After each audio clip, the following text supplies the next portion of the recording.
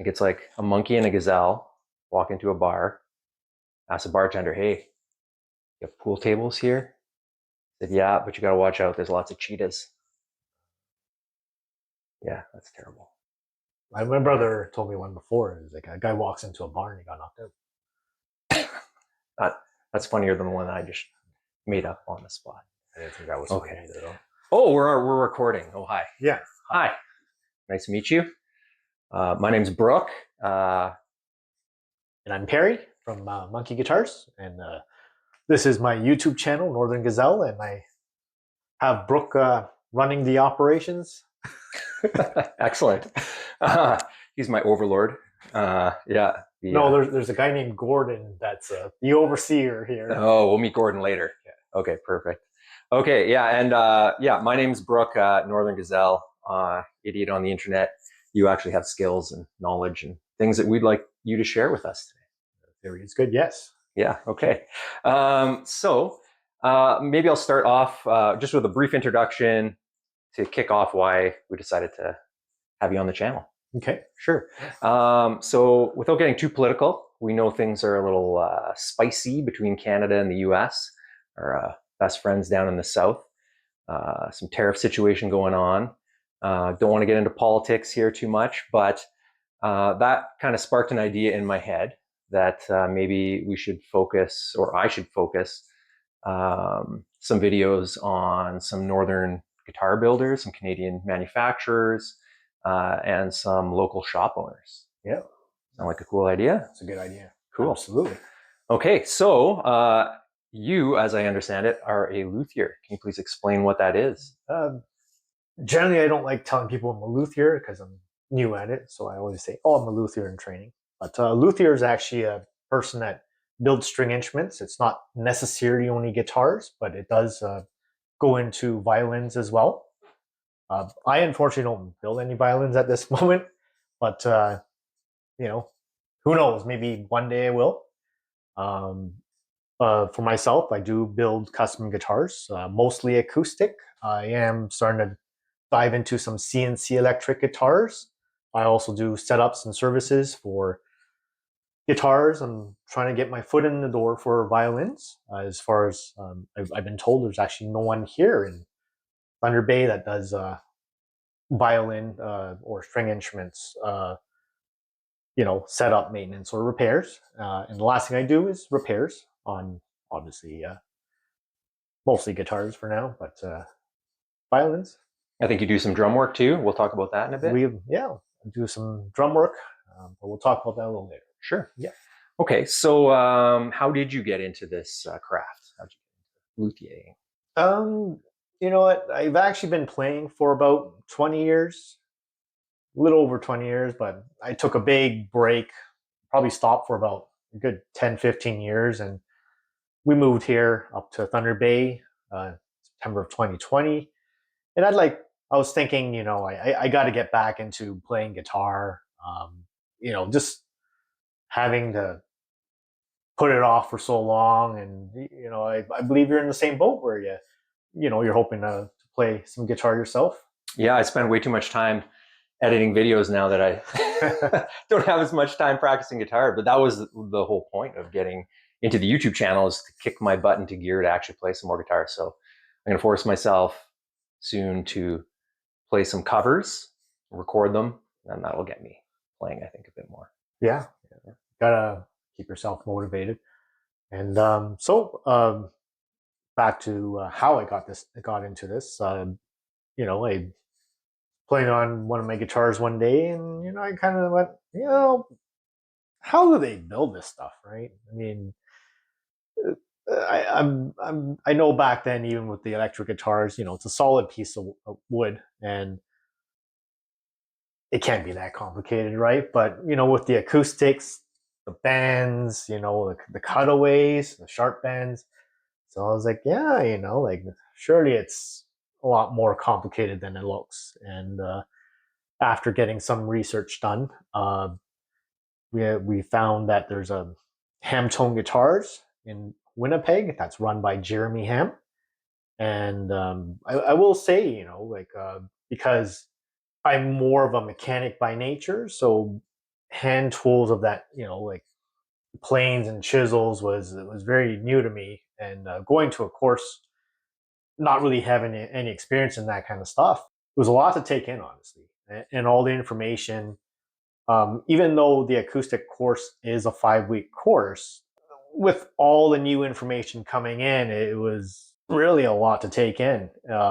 More especially the last 2 weeks. You know, that's kind of like that crunch time where we had, and it's like, oh yeah, by the way, we got to finish the guitars in another 2 weeks. Like, what? Right? So coming out from there and starting to build guitars pretty much straight out of there, and I was still actually renovating this room. This is the old shop actually, and there was a big learning curve to the craft, Mm-hmm. um, and probably like many other people, I'm pretty forgetful. So there were times where I'm building a guitar, or even the first two I built almost side by side, just to try to keep that information in my mind because it was fresh, right?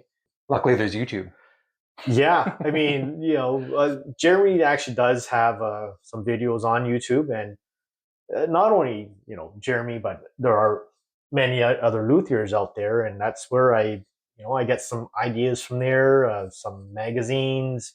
Almost when you're an apprentice to something, a skilled trade, you're person you're shadowing, you kind of get ideas from them, but it's not the Bible. It's not the Right. end of where you get your information. There's so much more information out there. Some guys, with new ideas, and I've gotten ideas from guys off of YouTube, some of the magazines, Guild of American Luthiers, Mm-hmm. part of that, and there's some really innovative new tricks that these guys are doing, and it's like, wow, it's actually pretty cool, or it's like really smart. But that course gives you give a good foundation, the basics, and learn his way, and then you can kind of move forward, I guess, and kind of Absolutely. take your own path. Yeah. So it's, again, like this is what he gives you, and it's whether you want to change things, or even try out new ideas. I've tried some things that didn't work, and you kind of go backwards, right? So okay, that didn't work, and Yeah. go back to what I did learn, right? What do they call those? Happy accidents? Happy accidents. Bob Ross. Yeah. Cool. How many years have you been doing this? I am, I think, approaching the end of the third year. Okay. Yeah. Yeah. So in that time, I assume you've seen quite a few instruments for your shop. Anything really stick out in terms of sight sounds, kind of construction techniques? In general, most guitars they're going to look the same, right? So acoustic guitars generally have that shape: the upper belt, the lower belt. Electric guitars, your Les Pauls, they all look the same. Different companies have a different version of it. The Stratocaster, the Telecaster. One of the guitars that was unique in its own way is a Garrison that came in, and Garrison is actually founded by a Canadian, Mhm. and Chris Griffiths. that's right. Yeah. And I imagine he patented a plastic bracing system on the soundboard, and it was supposed to give the guitar a unique sound, and sure it would, right? Your materials, change the sound of your guitar, and as well, it was to ramp up production, right? Mhm. And Garrison got bought out by Gibson, and I believe in 2007, and unfortunately, it was one of those cases where a bigger company buys out a smaller company and runs them into the ground. Garrison closed in 2010. A few other guitars that kind of stick out is a 1977 Gibson MK72. I think I had that in a few months ago. The headstock was different from your standard Gibson. There was a unique kind of triangular bridge on it. Um, the rosette around the sound hole was pretty unique as well. Cool. Yeah. And there was a Chinese guitar that you had in here earlier. I remember it had a bit of a cantilevered fretboard. That's I don't want right. to butcher the name, so I don't know how to pronounce the name either. It's I think a Xianmo, okay. and it's a Chinese company, guitar manufacturer, and working on this guitar. It's some top notch quality there. The cantilever neck system was it's very unique, and I know doing some research, some guys were kind of complaining about that cantilever neck, and I will admit it's kind of tricky to set that guitar up because your neck actually can move this way, Hmm. and it can work to your advantage, and it may not. But again, it was a little tricky to work the guitar, but it's very interesting in itself. Other things I've noticed that was interesting was the bracing system in there, where it was some laminate pieces, maple, rosewood, maple, and I've honestly never seen that in a guitar before. So it really, really stuck out in that sense. Cool. Well, if you had to pick one or two uh, examples, what would you say the more complicated repair, the most complex repairs you've had to do? For the most part, I get minor cracks, soundboard cracks, and they're generally not too big of a deal to fix. Usually, the issue is just trying to get your arm in there to put those cleats in. But I actually had this project of a stand-up bass from a customer, and uh, he initially wasn't too sure if the bass was worth fixing to begin with. He bought it at a pawn shop, and the end block uh, had cracked and caved in a little, so the bottom was a little pushed in, and obviously to do a repair like that, I'd have to take off the top plate, Hmm.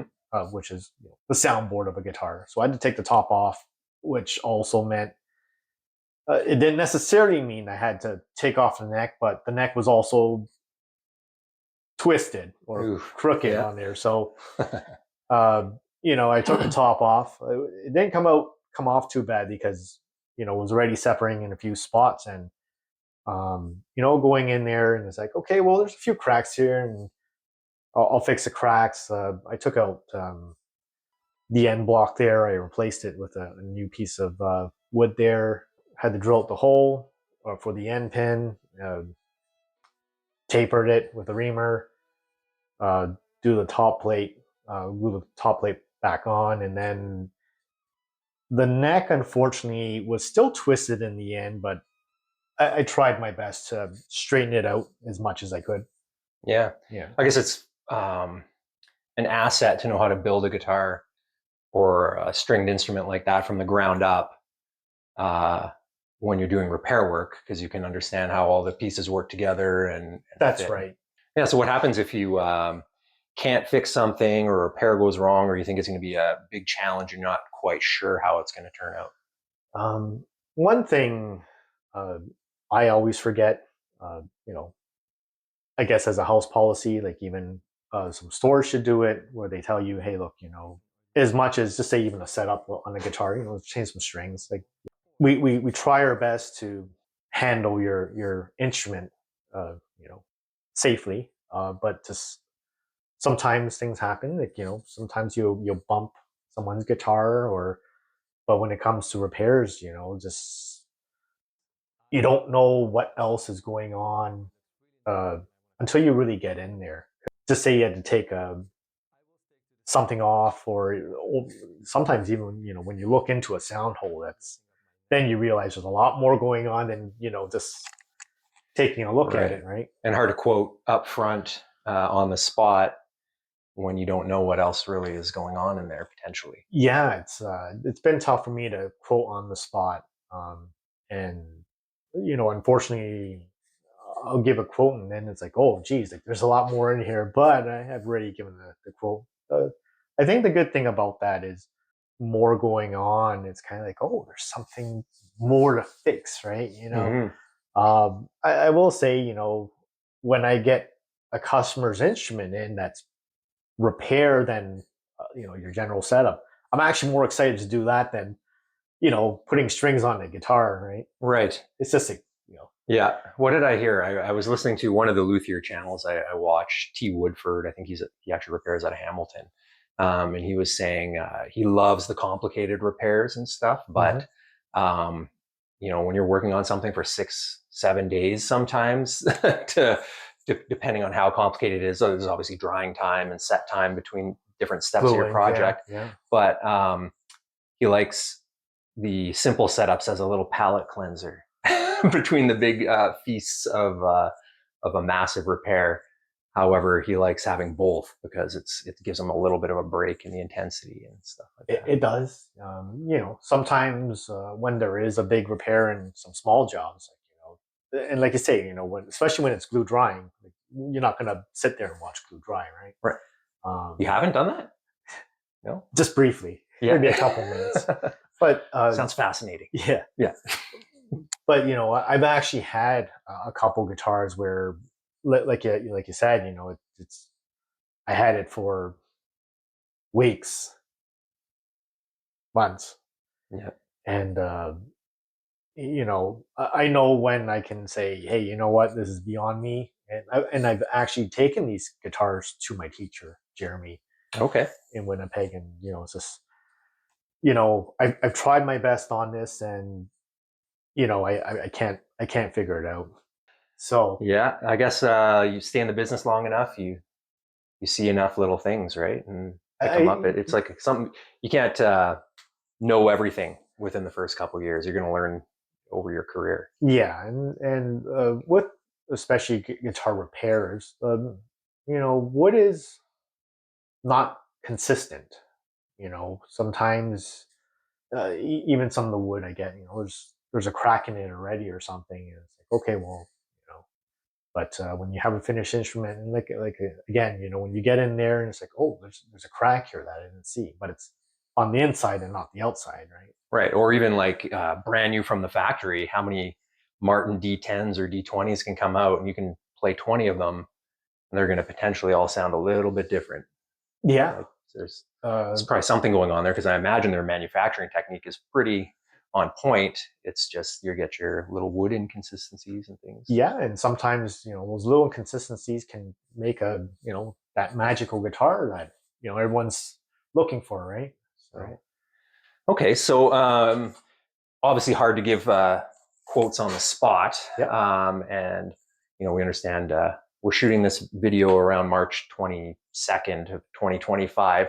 Rates may be subject to change, but do you mind sharing what you charge for hourly costs or different per job or? yeah.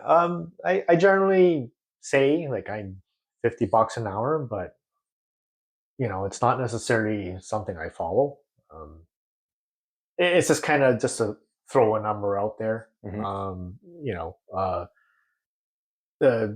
just give an idea. Like it's like $50 for an acoustic setup and $60 for an electric setup. Um, an electric guitar that's a hardtail, no tremolo. Okay. You know, Right. and I don't imagine that's too much, but I'm guessing you're going to check the neck, set the action, check yeah, the intonation, stuff like that. yeah, like it's a full on job, and there's no cutting corners. Right. Yeah, Cool. Okay. Do I you pick up delivery? I heard. I do offer pickup and delivery. Um, it's an extra $10 per time I go out Hmm. and come back, and I think that kind of helps out because there are uh, people that don't drive, and I'm out the south end of the cities, and there's no bus route out here.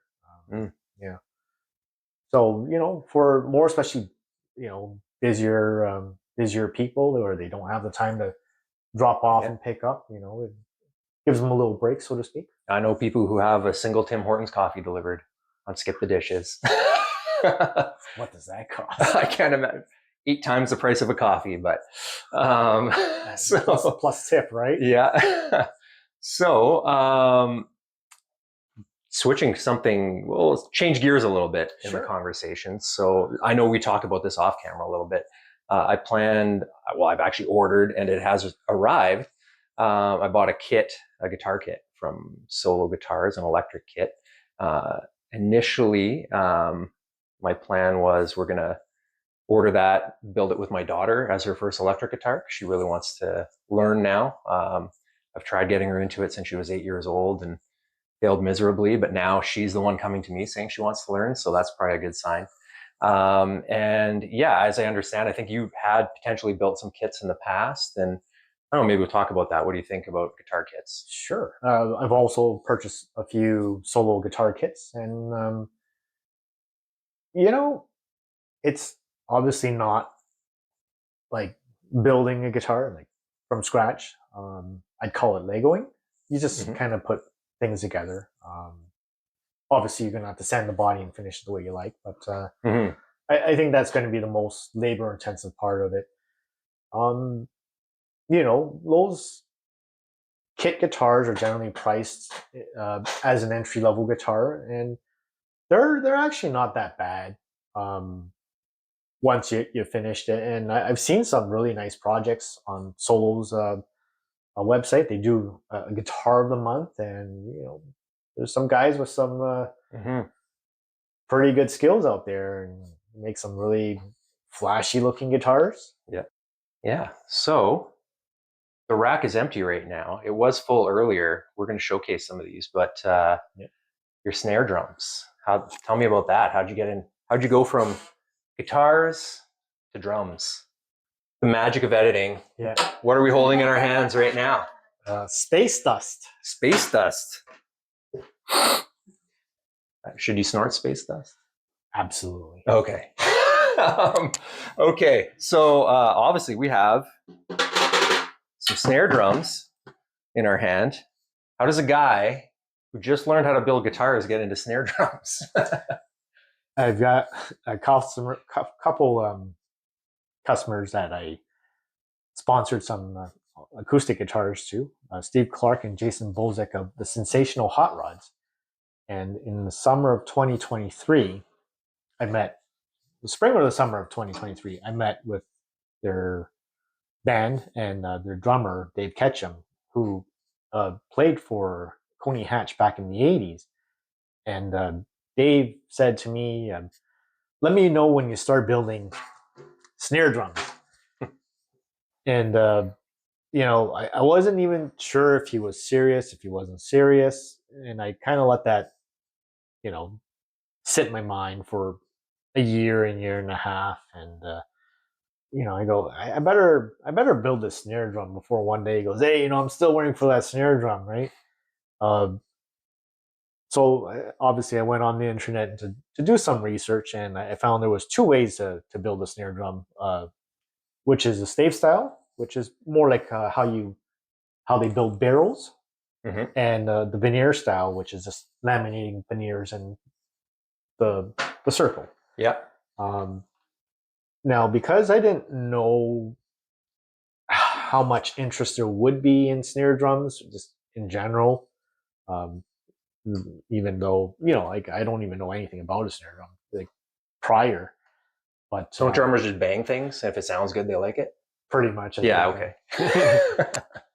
maybe they say the same thing about us playing guitars. Well, Probably. don't they all sound the same? They Yeah. strum, right? Yeah, exactly. But I found out that doing the veneer style might have cost more in equipment, you know, making jigs and stuff like that. And I went the cheaper route doing stave. Not that there's anything wrong with it, but it's, I think, the more uncommon style uh, to make these. Well, this looks like I think, so for stave style, you cut blocks at different angles and then glue them together, kind of like a barrel, like you mentioned. Yeah, Whereas I guess with the veneers, you got to invest in steaming stuff and that's laminates right. and then wrap, and yeah, makes Yeah. sense. Any difference in sound that you're aware of? I think it's kind of going to be like guitars. Your different woods will give you a different sound. I believe with the snare drums, the denser the wood, maybe the louder it is. The one thing I did follow when I did my research is that there was a company, and I don't remember which one at the moment, but they were trying to go for some thicker snare drums, probably aiming for about a half-inch thickness in there. As much as I try to go with a half-inch, most of my snare drums are about 400 thou. So Not dollars, right? I no, can't. That's out of my price range. thousandths of a dollar. Oh, yeah, yeah. But yeah, I mean, it's not quite half an inch, but um, it's thick enough. And the good thing about something being thicker is you can always take off material, Mm. right? You can't add it. Yeah. I'm gonna go up a little. I scooch down.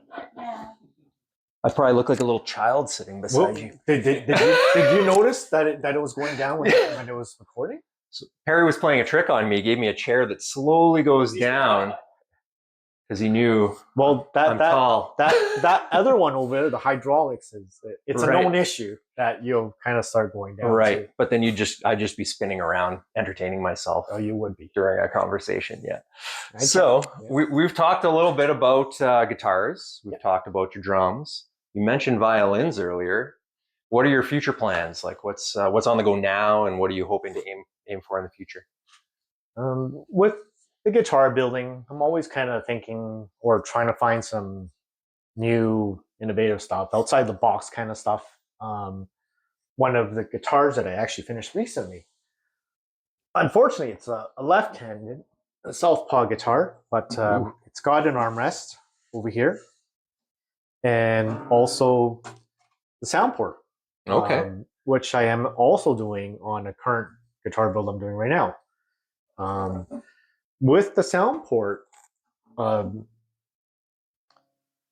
a study, and with the internet, you don't know what's legit, what's not legit. But this study actually said that the guitar produces another 10 decibels with a sound port. Oh, interesting. And the other thing with the sound port is it actually lets the player hear their guitars, because all that sound is really coming out through the front. Right. So when you're playing, you're not really hearing it because it's going that way. Mm-hmm.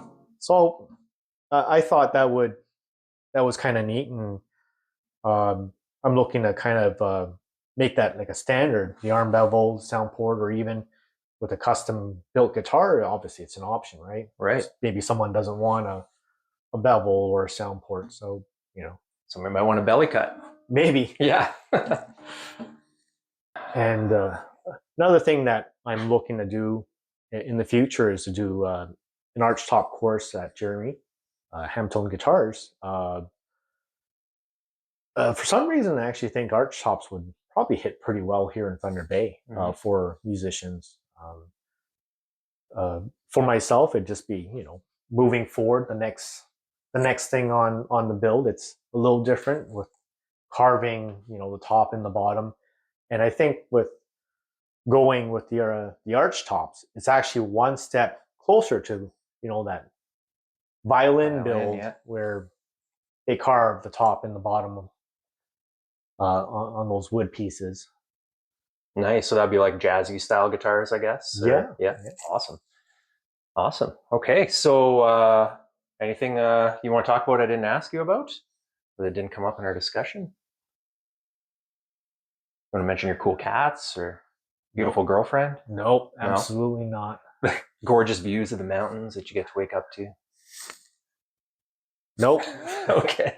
Space dust. Space dust. Nah, it sounds like I snorted too much space dust. Well, there's got a lot of space dust in the shop. Okay, perfect. Yeah. We are going to go there shortly, and we're also going to demo some of your guitars. We'll give you a workshop tour, and we're going to meet Gordon. Gordon. The Ballad of Gordon. Ballad of Gordon. Mysterious, international man of mystery. Yeah. So, and he's going to demo some for us because I would just absolutely butcher your beautiful guitars, and I want to do you a solid. Me too. Okay, good. So, where can people reach you? Where can they find you on the internet or interwebs? I do have a website, monkeyguitars.ca. I do have a Facebook page where I do post up what I'm doing daily. So in terms of between the two, you know, the website is a website, but Facebook is where you see my what I'm doing every day, customers, guitars, current builds, just stuff like that. You can reach me by email at monkeychan@monkeyguitars.ca, or phone. I think texting would be best. Sometimes I may be, working on some machinery. A phone call comes in, I don't hear it, right? Yep. So phone or text at 807 358 4430. Perfect. Cool. And are some of these guitars for sale on your website? These guitars are for sale on the website. Um, just to clarify that these guitars will be a little cheaper than a custom build, because Mhm. I always got to keep building to keep, the skills up, or to improve the skills. So that's why there is a discounted price as opposed to a custom build. Awesome. They could get like serial number 21, which would just be Yeah. like So owning an early Van Gogh. that's right. Yeah. Every guitar I build is serialized, and it just kind of lets me keep track. I do have a spreadsheet where there's a serial number, uh, what body style, left or right handed, what materials were used. Cool. We will be referencing that soon as you show some of these off with Gordon.